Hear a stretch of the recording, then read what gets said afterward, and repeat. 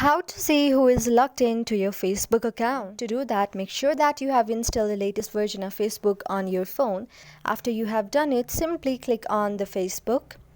After clicking on the Facebook, you will see an interface like this, and on the top right section you will see 3 vertical lines with your profile linked on it. When you tap on this, you will see many options. Tap on the gear option.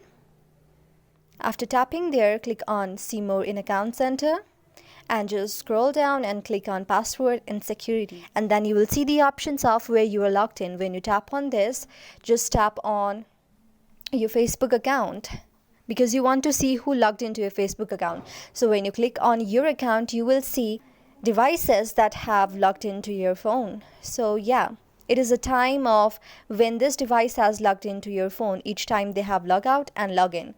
So if you find any suspicious device logged into your phone, then simply delete it by going on Select Device to Log Out and select specific account and delete them. So yeah, this is how you view the devices that have logged into your Facebook account. I hope this video helped you. If you liked our video, then please do subscribe our channel and thumbs up.